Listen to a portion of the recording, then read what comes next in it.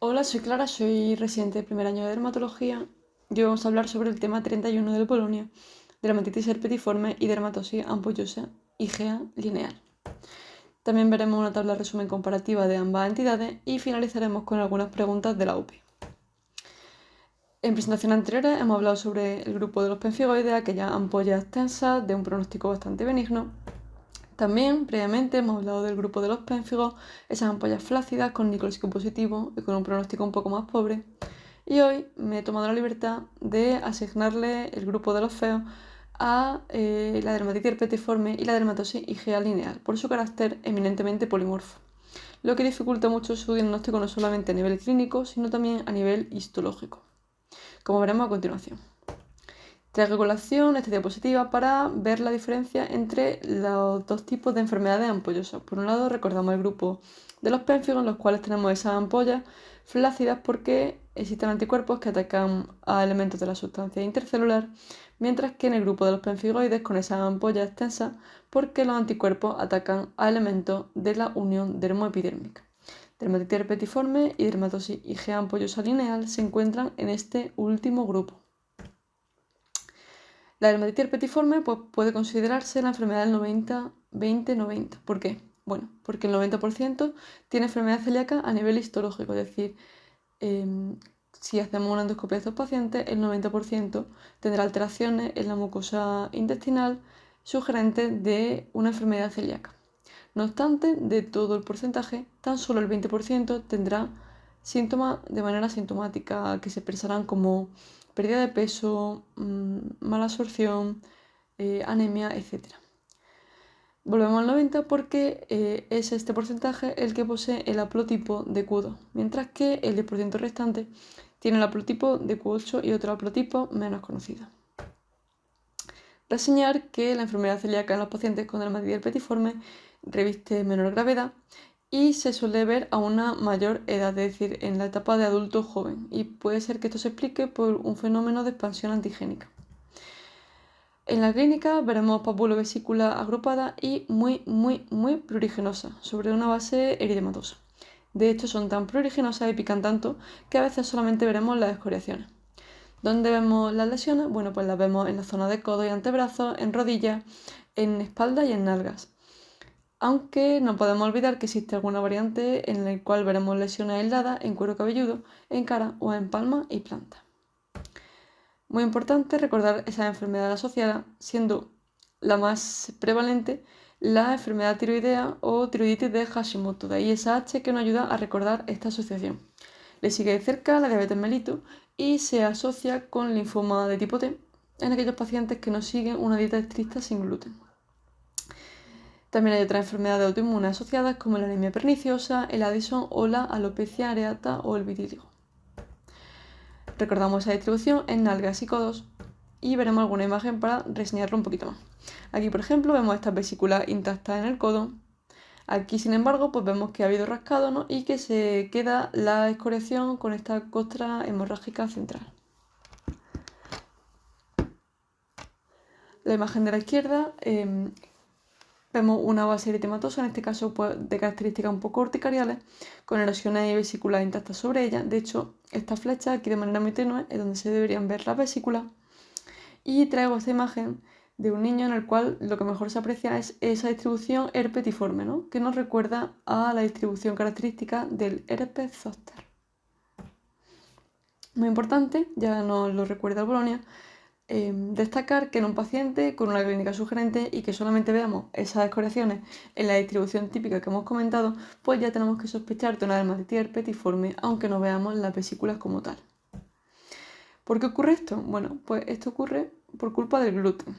Cuando ingerimos uno de los diferentes elementos que contienen gluten,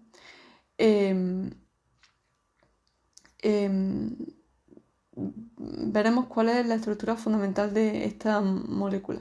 A su vez está compuesta de dos elementos, un elemento lineal, la glutenina, y un elemento que está engarzado en esta última, que es la gliadina. Cuando ingerimos el gluten y este pasa a de donde ha absorbido, parece que la gliadina se metaboliza a través de la transglutaminasa tisular o T2A gliadina deaminada, mucho más inmunogénica que su variante primordial, podríamos decir. Esta gliadina de aminada es captada por una célula presentadora de antígenos que, una vez procesada, pues la expone al linfocito T a través de su receptor HLA. Hemos dicho que el más frecuente, el que tiene más afinidad por esta gliadina de aminada, es el DQ2 y el DQ8.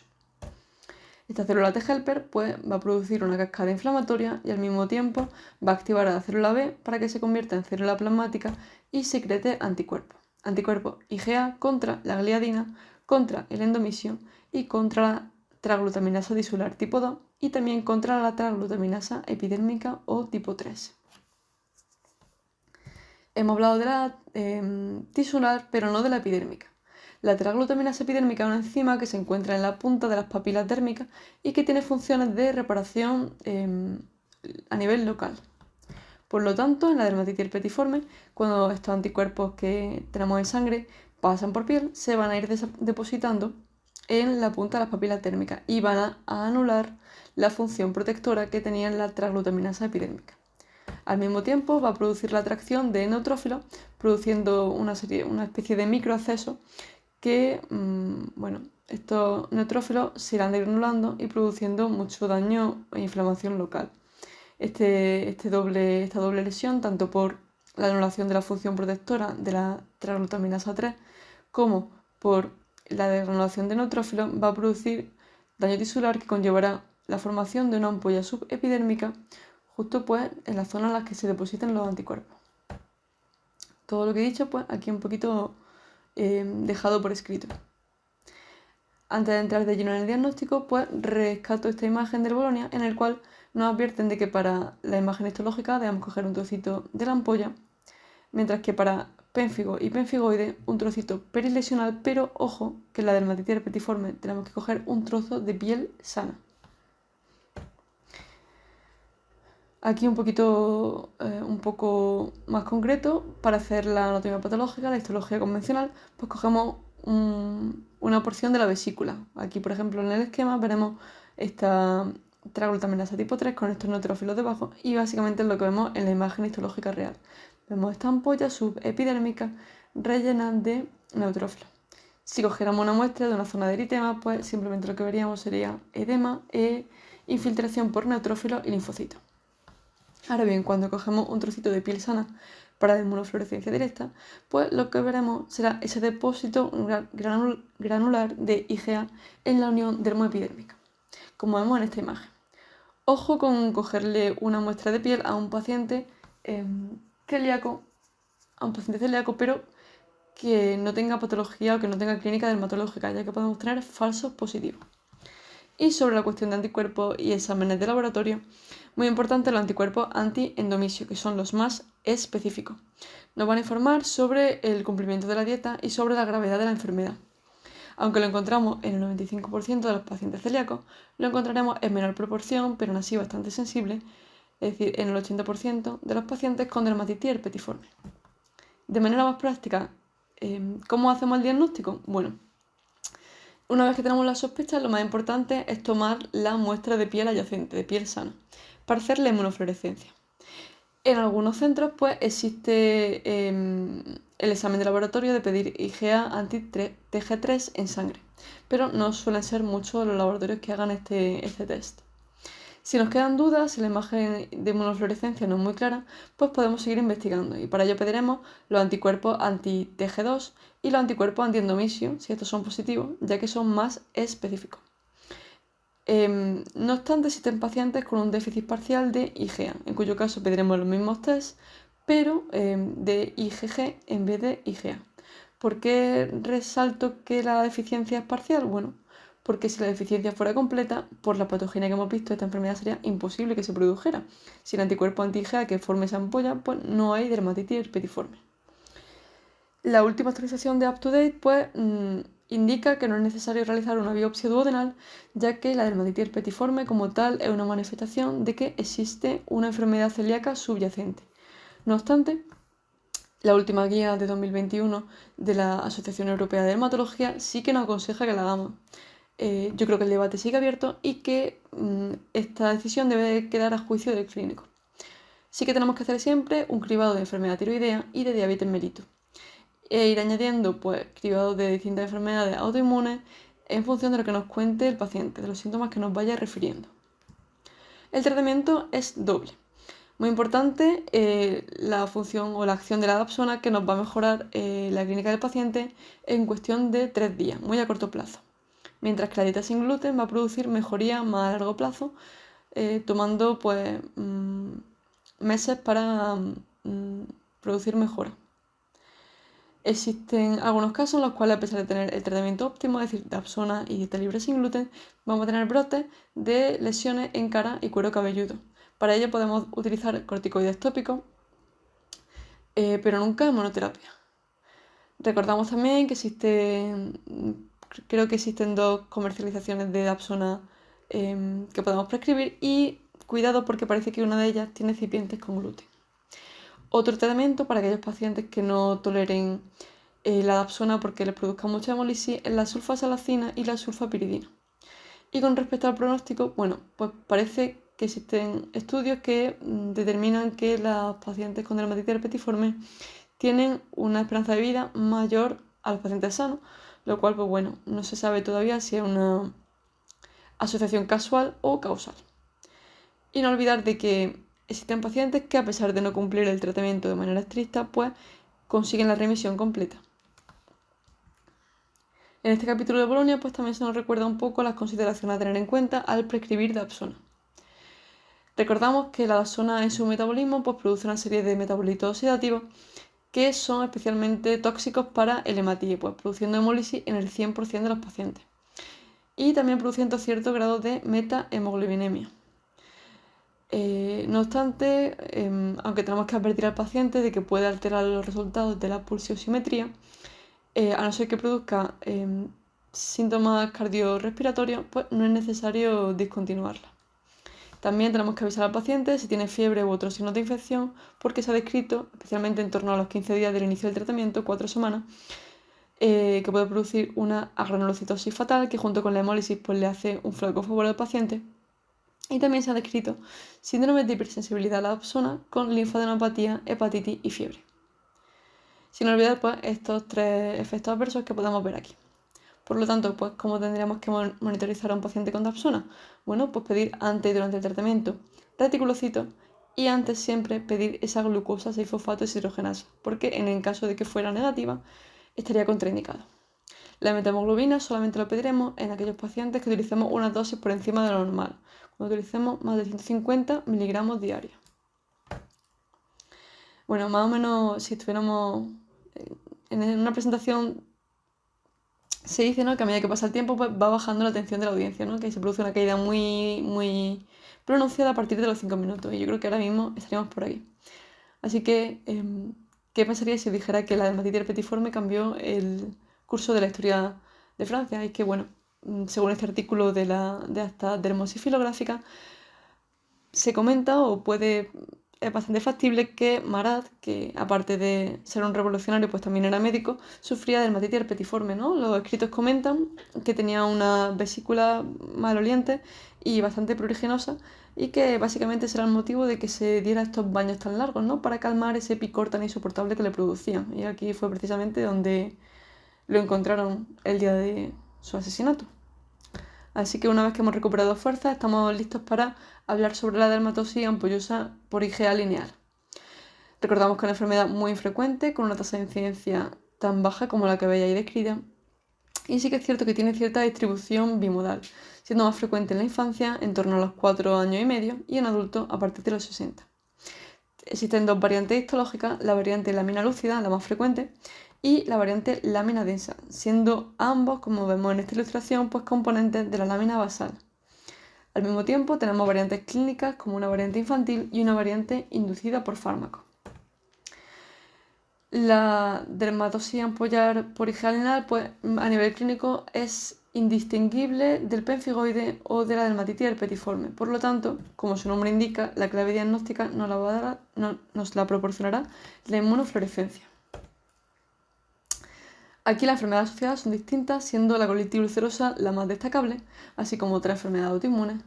Parece que también se asocia con neoplasia, que están escritas entre interrogación porque virtualmente vienen descritas con casi todas, con el lupus eritematoso sistémico y con algunas infecciones.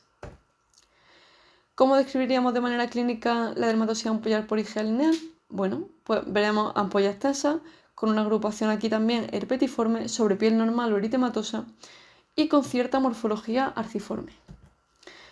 Aquí, por ejemplo, en estas imágenes vemos la variante del adulto y la variante infantil. En la variante del adulto tenemos una distribución muy similar a la dermatitis herpetiforme y aquí podéis ver lo polimorfas que son las manifestaciones. Aquí, por ejemplo, pues vemos esta vesículo pústula, algunas de ellas hemorrágicas, con ese borde arciforme, ¿no? Aquí se ve muy bien, y con esa base eritematosa, mientras que aquí, sin embargo, vemos en esta pierna que la base está completamente limpia, vemos desde ampolla hasta vesícula. Esta quizás sea la imagen más escandalosa, ¿no? En la cual vemos ese borde arciforme, ese borde eritematoso y arciforme, lo vemos muy marcado. En la variante infantil, pues, de por sí recibe un nombre propio, enfermedad ampullosa crónica de la infancia, y las diferencias las veremos más adelante, pero reseñar que ese borde arciforme está incluso más pronunciado, llegando a llamarse borde en collar de perlas. Mientras que en la forma del adulto, pues tiene una distribución más en tronco y extremidades extensoras, nalga y cara. En niños suele afectar a la zona del bañador, con perineo, abdomen bajo y muslos. Mientras que en adultos es más frecuente que afecte a mucosa, llegando incluso al 80%, en niños esto no es tan frecuente y lo más frecuente, como he comentado previamente, es que tengan esa apariencia más arciforme que la del adulto. En esa imagen en collar de perla o en salchicha.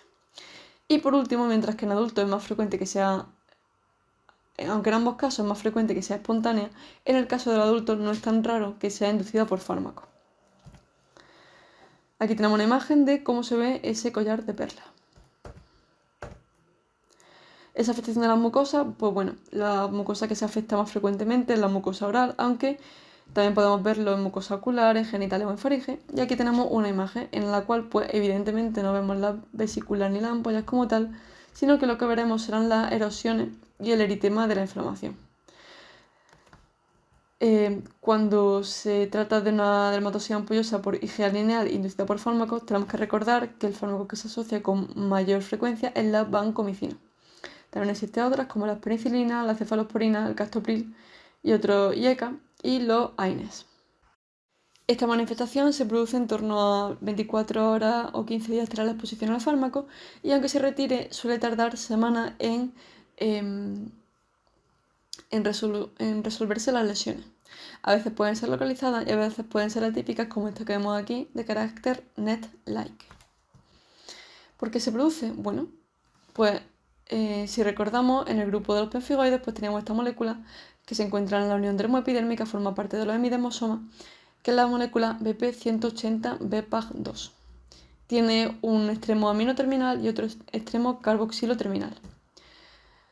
Cuando se producen anticuerpos contra el extremo amino terminal, pues tendremos un pemfigoide ampolloso, y cuando se produzcan anticuerpos IgA o IgG contra el extremo carboxilo terminal, pues tendremos una dermatosis ampollosa por IgA. En ambos casos, no obstante, tenemos formación de ampollas por una respuesta inflamatoria mediada por anticuerpos, ambos de carácter subepidérmico.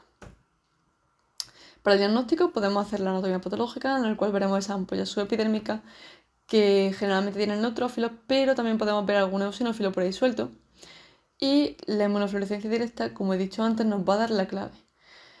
Cuando cojamos una muestra prelesional veremos esa IgA lineal depositada sobre la membrana basal, de manera que si cogiéramos un lápiz y fuéramos siguiendo el trayecto, pues no tendríamos por qué levantarlo. De manera anecdótica podemos hacer inmunofluorescencia indirecta, es decir, mirar los anticuerpos en suero y veremos que existe IgA antimembrana basal, especialmente más rentable en niños que en adultos. El tratamiento es similar al previo. Trataremos con dapsona, que producirá una mejora rápida y que podemos asociar con prednisona oral, ya que aquí la respuesta no será tan excelente como en el caso de la dermatitis herpetiforme. Al mismo tiempo existen otros tratamientos con menor evidencia como tandas de antibióticos o otros ahorradores de corticoides, sin ser ninguno superior al resto. El pronóstico es mejor en niños, en los cuales encontramos una remisión espontánea en el 64% de los pacientes en torno a 2-4 años, mientras que en adultos es preciso que tengan más años de evolución para que las lesiones se resuelvan, del orden de incluso hasta los 15 años.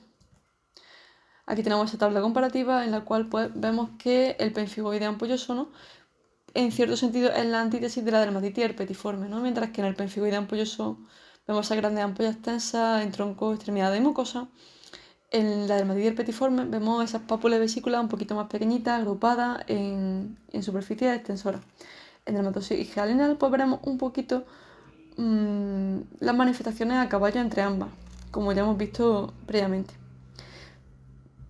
A nivel de la inmunofluorescencia, en el pemfigoide ampolloso veremos IgG en la membrana basal, en la dermatitis herpetiforme veremos IgA granular y en la dermatosis igea lineal veremos IgA lineal, pero a veces también veremos IgG. Mientras que el pemfigoide ampolloso no se asocia a enteropatía ni a DQ2 y no responde a la dapsona, la dermatitis herpetiforme tiene una asociación muy fuerte con la celiaquía, una asociación muy fuerte con el DQ2 y una respuesta excelente a la dapsona. La dermatosis igea lineal pues se encuentra a caballo entre ambas, con una alusiones intermedias. Y por último, para terminar, vamos a ver algunas preguntas de la OPE.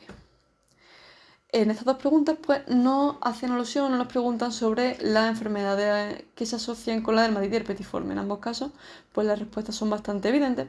En el primer caso, como ya hemos comentado, se trata de la tiroiditis de Hashimoto y en el segundo caso de la diabetes mellitus. Aquí nos dicen que qué es falso sobre la dermatitis herpetiforme.